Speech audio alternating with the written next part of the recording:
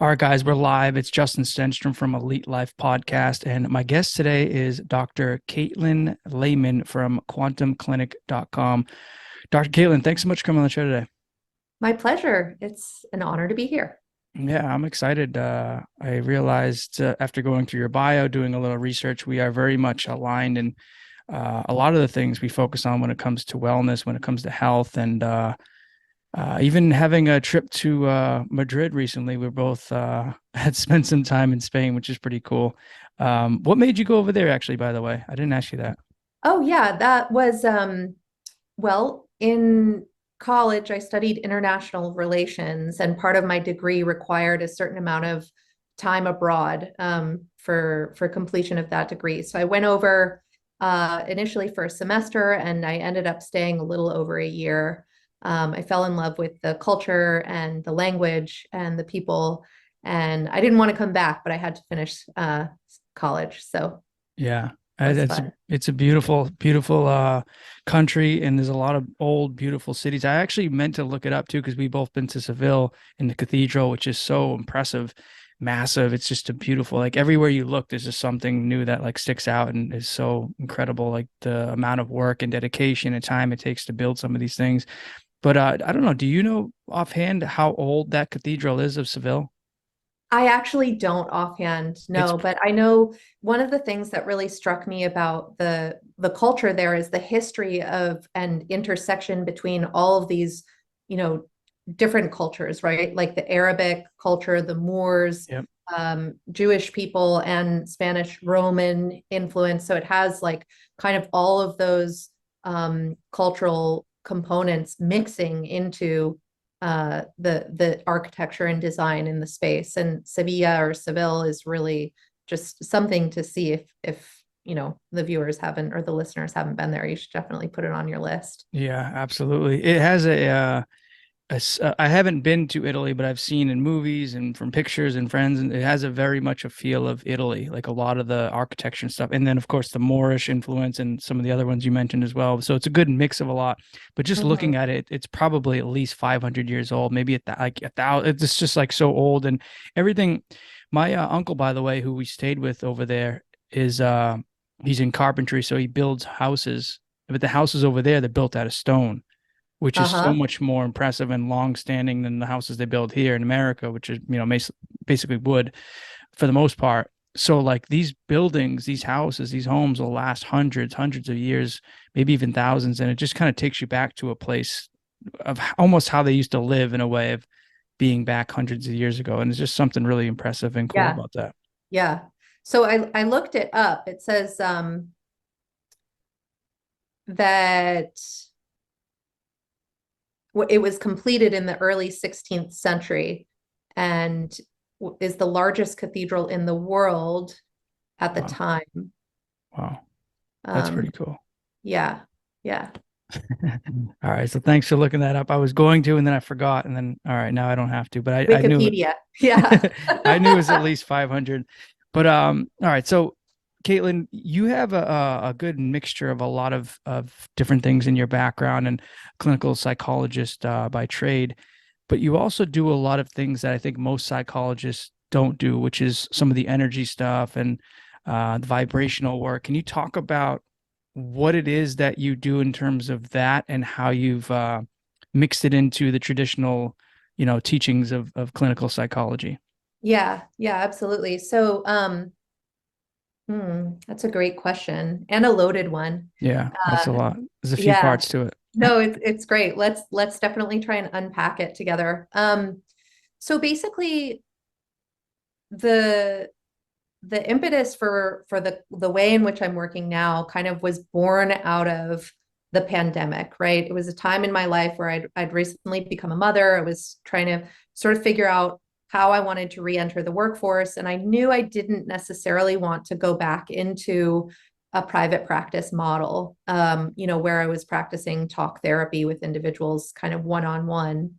I'd also done a lot of other type of work, like more forensic work, things with medical legal cases and people seeking asylum and refugee status. And that was really meaningful for me. But given where we were collectively in our, shared journey of going through this massively traumatic event together as a species, I said to myself, like, is there another way?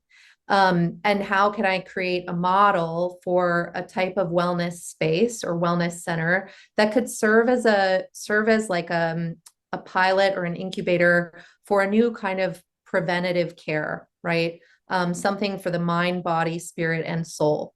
And so that's a little bit about like kind of the how things got started. And then I just kept asking, myself and the universe what wanted to come through, and using my experience and education as both a researcher and a practitioner, to kind of put some existing evidence-based interventions together under one roof, right? So basically, what we do is a little bit of coaching and biofeedback therapy, specifically in the area of heart-brain coherence. So that's connecting the heart with the mind. And what that does is it shifts your brain waves into, deeper and deeper states of relaxation. And then we offer our clients what's called a flotation rest or reduced environmental stimulus therapy with frequency therapy. So we added the layer of sound, and those are Hertz frequencies known to support, regulation of the autonomic nervous system and balancing of the brain hemispheres and stress reduction, relaxation writ large. That's a lot of cool stuff there. With the regards to the last part with the sound, is it I forget what the word isochronic tones? Is that what it is? So we're using Rife frequencies. So they're let me put it this way, like we're beginning to understand how sound has the ability to affect matter, right? And it does that, like if you've ever seen those pictures of like, or still pictures or videos of how sound affects water. Have you ever seen that? It's called cymatics. Have you ever seen those images It where it's like, sounds looks like familiar. it sort of creates these elegant geometric shapes in the water, Yeah, I like, think I have and you seen can this. kind of take still pictures of it, and it's like wow, what is that? Well, that's vibration, that's energy, that's frequency in affecting matter, right?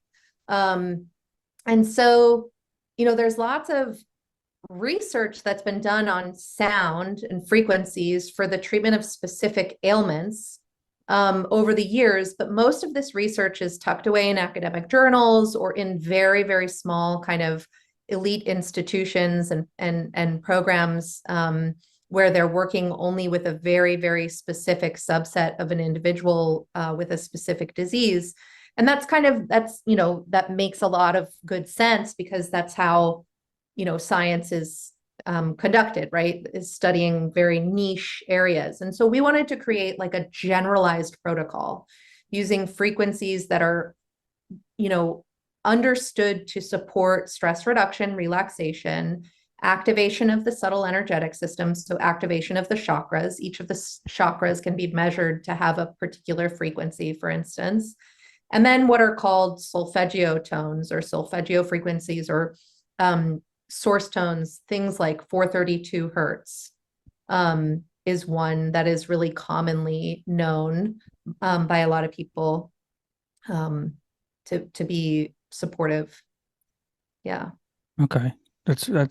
I mean, very fascinating stuff. And I think you're right. I think the research is just really starting to come. Like there's been different studies over the years and, Yeah. scientific journals, but it's kind of hidden. It's kind of unknown. And I think a lot more research is coming out now to show the effects of it, the benefits of it. I think the isochronic tone, I had somebody on the show before, I forget his name, a few years back, but he was talking about isochronic tones and, um, it's very similar stuff. I think the frequencies are very similar. I think it's called isochronic tones.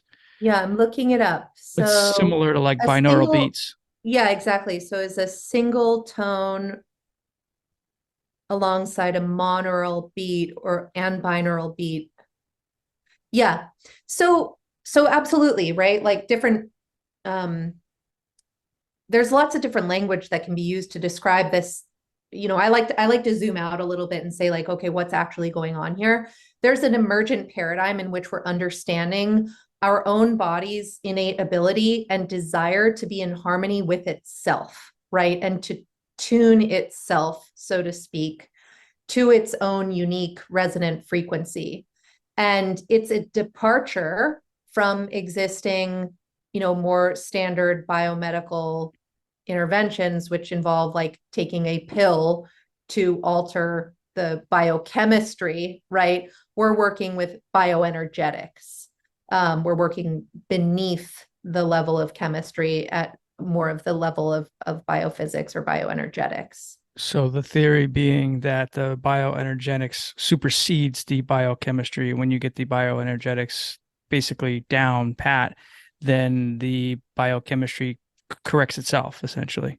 Exactly. Yeah. And, the research is clear that when people are in a state of coherence, when they're connected to the energetic center of their heart and focused on a, positive or life affirming emotion, there are literally hundreds of biomarkers that shift from stress, right, which encodes for disease to, more optimal, healthy, adaptive functioning, better health outcomes, right, are associated with these biomarkers. So yeah, it's not rocket science, but we really think that, it's worthwhile giving it a shot for folks who are in the area. And people really love it. Like the feedback we get from our customers is that they've never been more relaxed. They get great sleep the night after, sometimes for 2, 3 nights in a row. And you kind of come out of these resonance chambers feeling like, oh, wow, what was that? And so we really like to just say, we're here to be supportive companions on the journey. And like, how can we help you, find greater inner peace, through, and relaxation through this process. Yeah, that's amazing. You're speaking my language here with all this stuff too. I love it. I've been researching this in myself for years and just kind of diving into it, and it's amazing. I think more of us have to like people have to spread the message of some of the healing modalities that are out there that currently do exist that we just so many people are unaware of. So it's great to have an actual Totally. clinical psychologist like you promoting this stuff because it does work. It's just a matter of like I think figuring out the right dosages, so to speak, and kind of what works and Sure. what doesn't work, what frequencies Yeah, to 432 hertz. Like they even have YouTube videos right now where there's different frequencies. You can just tune them on in the that's right. background for a few That's hours, right. and it's pretty cool. Exactly. Exactly. Yeah. And we like to say that, a lot of this is freely available to the public, but we've sort of put it together in a service that also has the benefits of reducing inflammation and stress, allowing for the release of the neuromuscular structure of the neck and spine. Because when you're floating in 1,500 pounds of Epsom salt, it removes about 90% of the effect of gravity. If you've ever floated before, it's kind of a special experience. So, um, you should definitely, I haven't yet, but it's definitely on my bucket list soon. Something I yeah, want to do. yeah. Yeah. I'm sure there's floating studios in Boston. Yeah. So what's the key to that? Is that just getting enough Epsom salt in there to is it the same thing as a sound deprivation tank too? Is it the That's same right, a sensory deprivation sensory? tank. Yeah, exactly. Flotation therapy goes by a couple of different names. It's either flotation rest or reduced environmental stimulus therapy or sensory deprivation. For listeners who are not familiar with this, it's been around since the 50s. But the idea is basically there are a couple different designs for these spaces, but we went with ones that are really spacious, luxurious, ample environments. 7 feet in length by almost 4 feet in width, or a double occupancy, which is twice as wide. And so it has about 1.5 feet of water, which is heated to body temperature, with approximately 1,000 to 1,500 pounds of Epsom salts in there. And because of the heat and the salt dissolving into this water, in the space, it basically, when you get in there, you float in that water. It's like being in the Dead Sea. I think Joe Rogan is sort of famous for saying that the sensory deprivation was one of the most important and influential things for developing his mind. I know some people are, he can be a polarizing figure, but he certainly is someone who has tried a lot of different things, and speaks very highly of that type of service. So yeah, it's kind of a unique thing that we're all so bombarded with information everywhere we go, left, right, up, down, on the phone, on billboards, everywhere around us, that it's really rare that you actually have a dedicated space where for an hour, the only thing to do is to just rest, right? And again, it has a lot of kind of lasting benefits that can be supportive of people who want to be at their best, right? They say actually the Dodgers and the I think it's the Cubs, won the World Series after installing float tanks in their training facilities. Wow. Because it has both sports performance and recovery benefits, but also the mental training elements to it. Yeah, there's a lot to that. I just heard too that this might be a little extreme as far as sensory deprivation goes, but you probably heard about it too. Microsoft just built like the world's quietest room. It's like there's a certain way to measure the sound, and it's like negative, I don't know, I'm making this up, a negative 1,000 decibels or something compared to like the other next in line quietest room. And the only thing you can hear is like your heartbeat and your bodily processes. And Wow, the crazy thing is that people can only spend like 5 minutes in this place before they start like going crazy. that's pretty intense. So it's like similar to that, but that's Yeah, obviously very extreme, right? yeah, Only spend five exactly. minutes. Yeah, exactly. You would be comfortable to spend more than 5 minutes in there. And again, because we have the added benefit of playing the healing hertz frequencies, there is an element of sound, at least in our space. Okay. That seems a lot more relaxing than Yeah, just listening. some people are a little freaked out by the idea of just being alone with themselves for an hour. Yeah. I used to do a hyperbaric oxygen chamber therapy. I did like 40 sessions. Actually, Wow. yeah, well, I did a lot, not quite 40, but a little less than that. But that was kind of creepy. You're in a chamber, sealed steel chamber for an hour, and Uh-huh. you're by yourself, you can't hear anything, and God forbid someone forgets you're in there. It's like it can kind of play with your mind a little bit. So that took a little Yeah. bit of Yeah. conditioning to get over, but it was very healing in a lot of ways. Yeah. I've heard wonderful things about that as well. Yeah. Yeah. Yeah, Yeah. yeah. No, it's very healing to, because it pushes the oxygen to the deepest parts of your cells that, ordinarily can't get the oxygen into. So, oxygen heals, the cells get the blood they need, and neurons and such are created that wouldn't be created otherwise. But what do people think, Dr. Caitlin, when like some of the more traditional psychologists or even therapists, like psychotherapists, if you interact with them, what do some of the more traditional ones think when you talk about some of this work you're doing now? Oh yeah, I mean the result from people in my profession is pretty overwhelmingly positive. I think during the pandemic, we all looked around at one another, and said, "Holy shit, you know, what are we doing here?" Right? And traditional modes of therapy, right? Talk therapy haven't really evolved, in like 100 years. Sure, there's a difference between how Freud talked about psychotherapy and how modern cognitive behavioral therapists talk about it. But what I really wanted to ask myself was, is there actually a way where we can kind of bypass cognitive models of stress reduction altogether?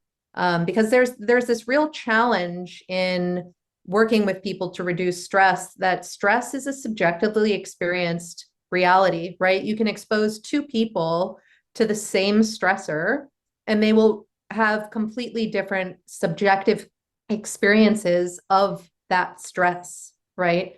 So it's something that's subjectively experienced by the individual or by the community, right? But it can't, sure, you could measure cortisol levels, right, to see whether or not objectively, right, there is a stress response occurring in the individual. But even still, there's a wide range of variability when it comes to how we internalize and respond to stressful situations. So so, you know, in the treatment of post-traumatic stress disorder, for instance, right? This is a huge nationwide problem for military veterans across the country. My business partner herself is a Navy veteran. And there are some studies coming out actually that are sort of in the paradigm of healing through coherence and understanding energy, frequency, and vibration, for instance, where they take somebody who has a diagnosis of post-traumatic stress disorder and put them near a hive of bees. Okay. And the hive of bees actually resonates at a particular frequency, that 432 hertz, I believe. And as they're just simply exposed to that frequency of the bees, their stress response reduces and their symptoms of post-traumatic stress disorder reduce, right? So that's some people may laugh and say that's hogwash, but okay, so there's one scientific study demonstrating that. And so I think there's an appetite collectively to be exploring kind of new models or new ways to be working with people who have adverse impacts to stressful events in their life. A lot of people are going to psilocybin or LSD therapy or those types of things, and that's fine. But we wanted to see if there was like perhaps a non-pharmacological way in which we could kind of simulate that healing effect using sound. Yeah, that's So amazing. far it's good. Yeah. That's amazing. I love that study too. I mean, I've heard similar things like that too. Like even being around kids or even just someone with good energy, another person with really good energy can bring Yeah. your energy up. And I mean, we all Yeah. kind of know this intuitively. Like when we're around good people, we feel better. But I Totally. think it's actually coming also from an energetic level of transference in a way. Yes, yes. As a matter of fact, that is something that is very much a topic of research at the HeartMath Institute, which is sort of the research partner that we work with. We sell their biofeedback sensor, and all of our clinicians are trained in the HeartMath system. They talk about you can actually measure and feel the energy of the heart up to 5 to 7 feet away from the body. And, that information is communicating constantly. You and I actually across the country, through our attention and intention to connect with one another, are able to feel one another's energetic and embodied experience. We're resonant beings. We're humans who are deeply connected to that intuitive knowledge. We just don't fully understand it yet in the way that scientists like to think. Yeah, I agree 100%. And we're learning more and more about the energy and how it all works and our connection to everything. I don't know if you've had anything similar, but I've mentioned this too. I've had Dr. Dean Radin on the show before. You know who he is? I'm not familiar Super. with him, but I'm going to look him up. He's one of the guys who's most prominent in actually researching and Oh, cool. showing evidence of like Parapsychology and parapsychology, magic. supernatural Yeah. things, Yeah. like essentially something that I get, and I've talked to him about it too. But it's like you haven't thought of I haven't thought of somebody in years or whatever. Like I haven't many, you know, Yeah. And like a then they call decade. you. Yeah, and then all of a sudden they pop into my head, and then within 24 hours, I'll either see that person, they'll call me, I'll get a text from them, and it's like, and I don't get it like all the time, but I get it regularly, like every Yeah. month, every couple months, I'll have this thing, and it's like I can't explain that. Dean couldn't explain that when I had him, but he's had so much research and evidence of people having similar phenomenon. I think he calls it precognition, Yeah. and it's the same thing of like when you're driving and it's like just have a sudden urge to like stop your car and stop driving because for whatever reason, you don't know why, but you just stop. And then, 10 Yeah. seconds later, that comes Yeah. barreling, truck comes Yeah. barreling down. You would have got creamed. It's like there's something that's kind of out there that we can't explain that's all Well, connecting us. I And don't necessarily have the full answer, but I could try to talk about that a little bit if yeah. you wanted me Oh to. yeah. It's one of my Uh, favorite topics. yeah, yeah. So there's an emergent model of unified physics that's coming on the scene, which basically revolutionizes our understanding of self in relationship to the universe, right? And so you can look this up at resonancescience.org if you'd like in the future. But they're beginning to be able to quantify the unified field in a way that previously we could not, right? Because there's sort of this split between our understanding of quantum physics and our understanding of sort of classical or Newtonian physics. And so there's an emergent model that's starting to come through, which is essentially unifying this split, right? And so our innate embeddedness in that unified field is a part of our genetic makeup. It is who we are, right? Um, there's a study that I actually saw on a Netflix documentary a couple years ago where this one scientist was super interested in why these birds were leaving their nesting ground in the Carolinas to go, migrate south to Brazil months earlier than would be appropriate for them for the survival of their young, right? And they, over a series of years, were able to figure out that somehow the birds had this precognizance or awareness of the fact that there would be an intense hurricane season in the Atlantic that would otherwise jeopardize their cross. So they had to leave, and they sort of knew it, right? It's not like the birds are having thoughts, like thinking like, oh well, we have to go because in the future there's going to be a hurricane. It's a part of their essence. It's who they are. And we are the same, right? We are that as well. And so in this unified model of physics that's coming out, basically you could you it re I'm gonna get a little embarrassed as I'm talking about this because I'm not a physicist. I'm a psychologist, It's right? all right. Yeah.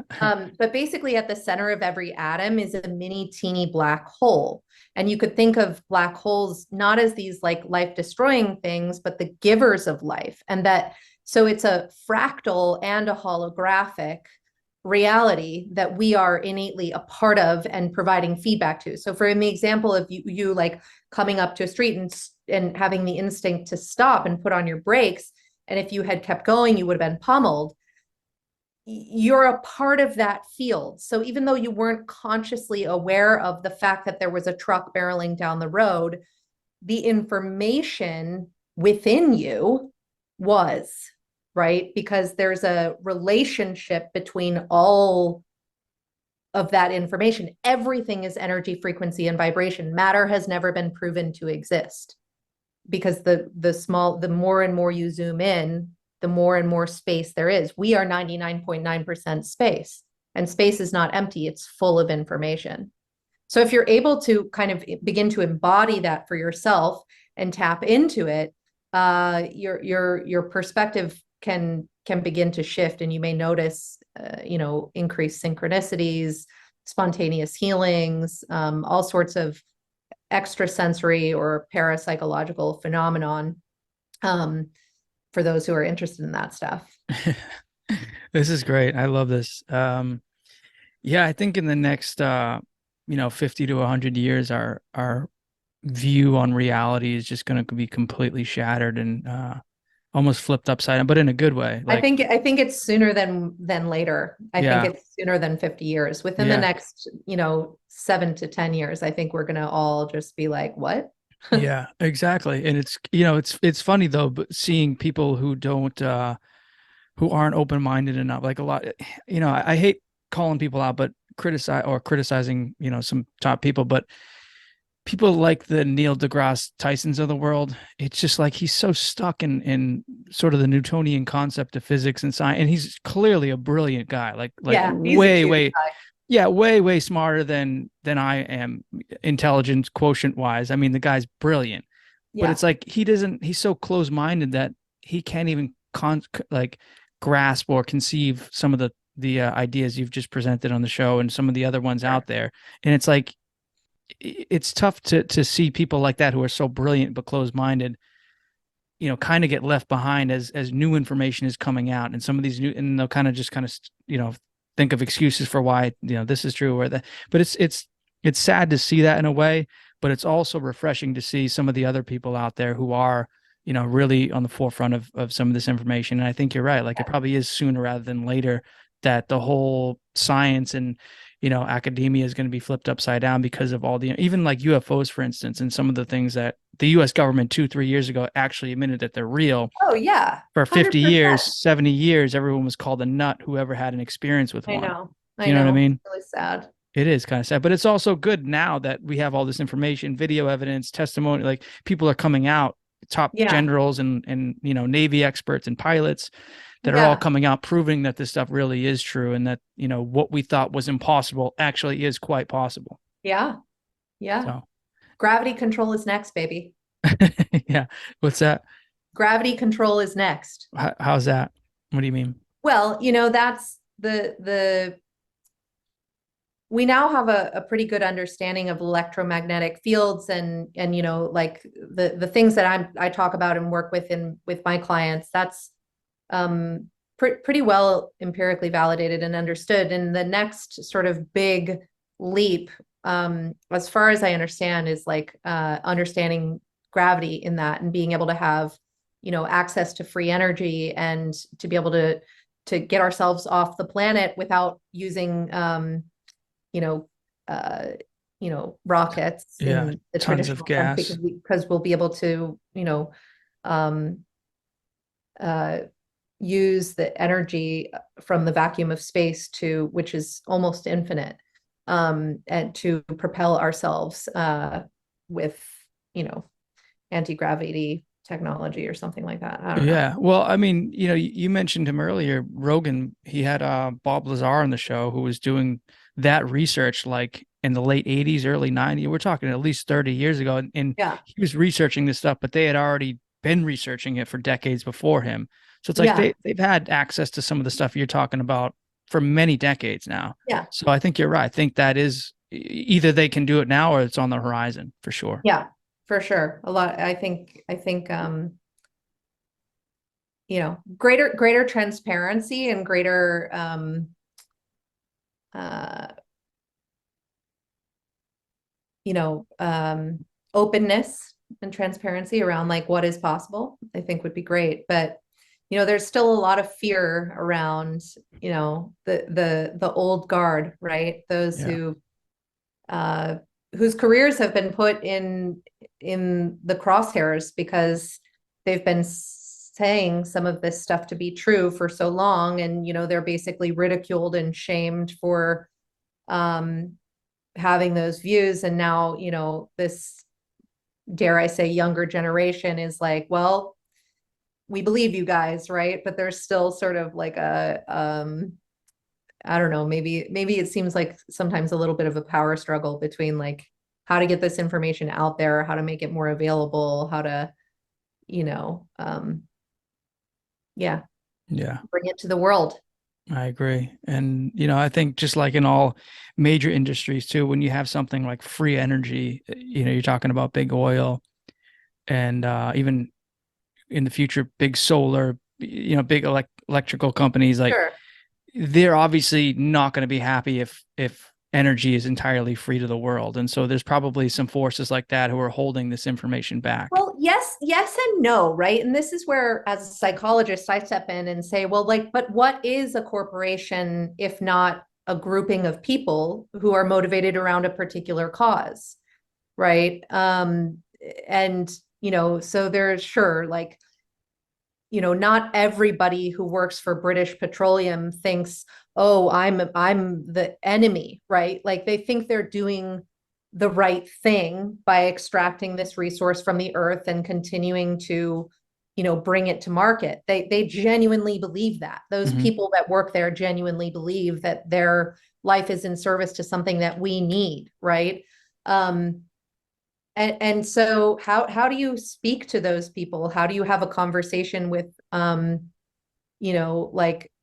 oil and gas engineers around, what else is possible, right? When there's certainly it seems quite difficult, like a David and Goliath situation to undo all of the billions and billions of dollars that are invested in, oil and gas infrastructure around the globe. But why not? Right? Like we all live here, we all have to like raise our children here, and hopefully our grandchildren will be able to live on this planet and their children. I mean, it's not entirely clear that that's the case right now. So like wake up, folks.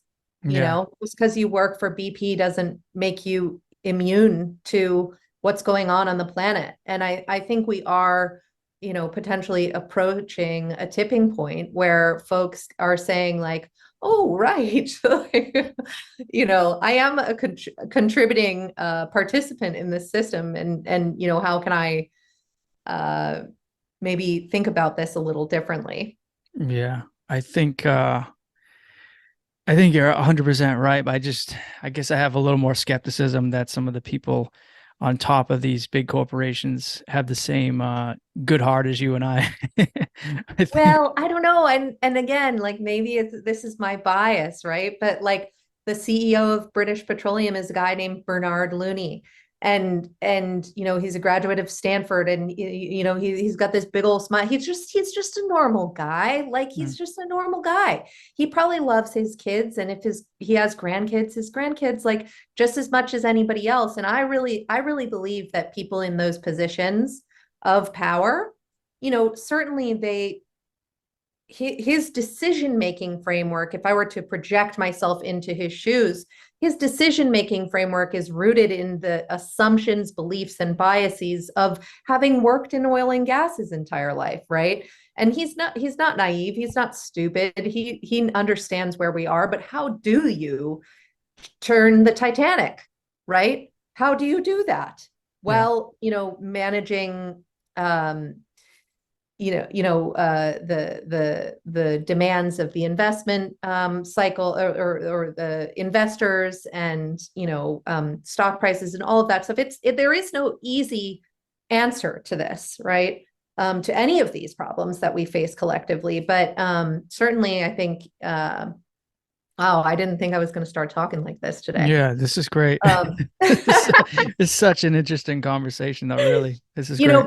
but I really, and call me naive, okay? Yeah. Call me naive, but I really do believe in the good-hearted nature of most of these people. And I may disagree with their decision-making framework, and I may think that they're perhaps not taking as drastic of an action as I would deem reasonable in that position, but I'm not in their shoes, Yeah. right? And so who am I to judge? And again, back to this whole notion of like, there's a sort of this knowing, if you will, inside of all of us that something has to give.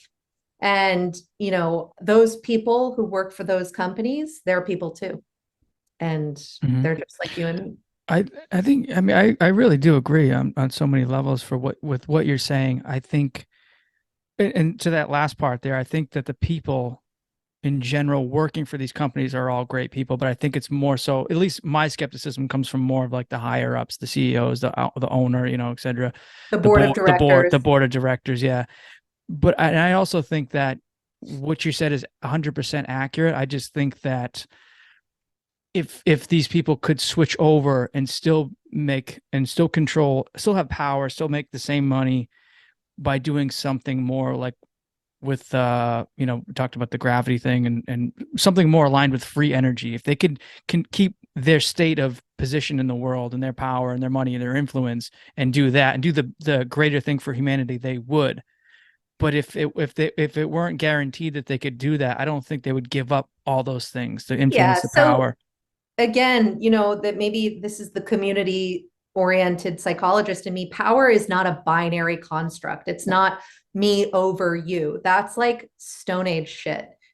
Power is about a collective shared ability to achieve, like, I'm sorry, but we live on this planet, like, Mm-hmm. wake up, folks. Mm-hmm. There is no paradigm in which we continue to do what we're doing and we have a livable planet. We have to change. So shit or get off the pot, like find another way to make money. If money is your bottom line, I don't have a problem with people making money. There's nothing wrong with money. Money's great, but you can do it in a way that's responsible. You can do it in a way that fits within the existing planetary boundaries of a healthy, thriving, sustainable biosphere, and again, I am a little bit of a hot shot when it comes to these topics, but Yeah. whatever. Well, in your experience, have you seen people be corrupted by money? Have you seen people make poor decisions based off trying to obtain money and doing Oh, things that they wouldn't absolutely. ordinarily do? Absolutely. I mean, just look at during the pandemic when there was all of this government stimulus for, think of all of the Yeah. mobile testing sites that popped up. People were money grabbing. When I was during the pandemic, I actually briefly sojourned to your town, although in a digital way, to a Harvard Business Analytics program. And in that program, I was speaking with all sorts of business executives in a variety of different industries about like their experience of things. And, I just kind of approached it like a friendly conversation with people. And they would look at me and say, Katelyn, it is really rough out there. Like people are greedy AF and they don't give a flying hoot about, you know, about the well-being of these people. It's a money grab. Oh There's yeah. all of this money available and people are just taking massive, corrupt actions to be able to get that. And yeah, that, but then the conversation becomes about human nature. And it's like, really, are you trying to say that, what do you believe? Or do you believe humans are fundamentally greedy and it's a scarcity, mentality, or maybe there's enough where we could all share and just fucking get along? Yeah. I don't, I I don't know. I don't know the answer. I don't think I have the answer, but I like to believe in the goodness of people. I do too. I actually do too. As much as I can be cynical and skeptical at times, I do believe that I don't think everybody is good, but I think the overwhelming majority of society is good, and that can outweigh the couple of Yeah, bad apples. yeah, yeah, Yeah. yeah, I think unfortunately some people, and this kind of goes into spirituality and some of the other topics, metaphysical topics, but I think even bad or evil people, so to speak, have their place in the world, and it's kind of to show us, how to be good. Like there's a reason yeah, for some people to be that way, totally. you know. Yeah, yeah. But yeah, this has turned into a very interesting conversation on many levels. Good, good. Yeah, let's keep going. Where Um, to next? yeah, so I did want to ask you about the heart brain coherence, which you mentioned in Sure. actually first before I touch on that. Is there a difference? Do you do anything between biofeedback and neurofeedback? Is that the exact same thing, or is there a difference there? So biofeedback is more like more of an umbrella term, and neurofeedback would be Okay. like a site specific term. But so we use a biofeedback sensor that goes on the earlobe right over Mm. here, clips on, and it actually takes a measure of heart rate variability. Um, and so it was developed by, again, our research partner, HeartMath.org. And they do retail this. They have an application that you can use, and you can join different global meditations that they offer. But we sort of chose that measure of coherence, of heart-brain coherence, as the basis for our quantitative score. That, you know, every service unit gets a coherence score associated with the note for that session, right? Because we're sort of running it like a preventative care space. So if you're coming in regularly, we can track your coherence, and we can say that your coherence score is improving as you're practicing this, right? Or if you just come in once, then it's a static point. But basically, heart-brain coherence is, let me back up. Coherence in physics is defined as a particular degree of correlation between electromagnetic fields. And as HeartMath defines it, it's when your heart and your mind sync up bioenergetically, biophysically. I'm gonna mess it up. There's 4 ways in which they sync up: energetically, physically, chemically. Anyway, whatever. Because it's more about the experiential piece of it than it is, the science language. But basically, it's we could do it together now if you wanted. Yeah. Sometimes you can do it with your eyes open or closed. You can put your hand on your heart if you feel so called to. But basically, the exercise is very simple. It's called focus, activate, radiate.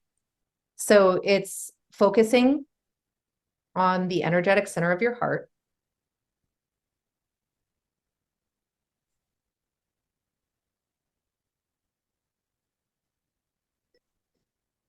And doing your best to activate or generate a positive or life-affirming emotion. So this could be the feeling of gratitude, or the feeling of love, or the feeling of joy.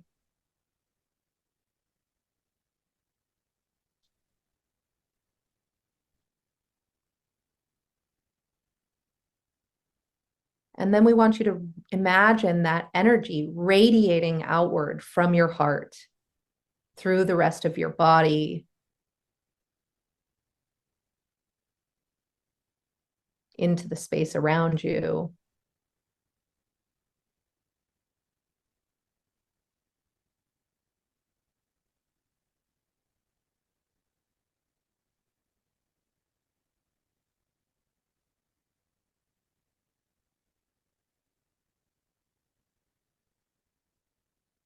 And you can play with that however you like, right? It's not rocket science, right?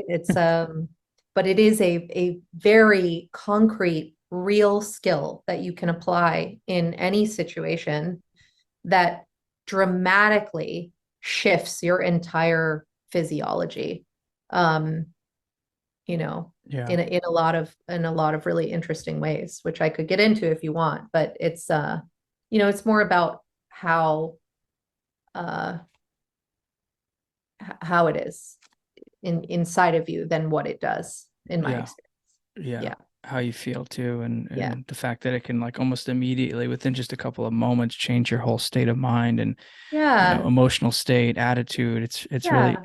I actually, now that I think of it, I believe HeartMath was the thing I was using a few years ago. Is it the, like, you have an app on your phone and you're like breathing and it like sinks in, makes like these little sounds with like a Yeah. circle, and like when you're doing it Yep. right, it kind of like Mhm. does it more and more. Mhm. Yeah, that was Yeah. really cool, and it hooks up to Yeah. your It ear. shifts your brainwave patterns from stress, which is more erratic brainwaves, beta waves, Yeah, into more and more what's called sine-like wave patterns. So that's associated with alpha or theta brainwave frequencies. Um, and again, it's heart rate variability is a globally renowned measure of health, yeah, but HeartMath seems to have created a power ratio that's calculated based on beats per minute that can produce what's called a coherence score.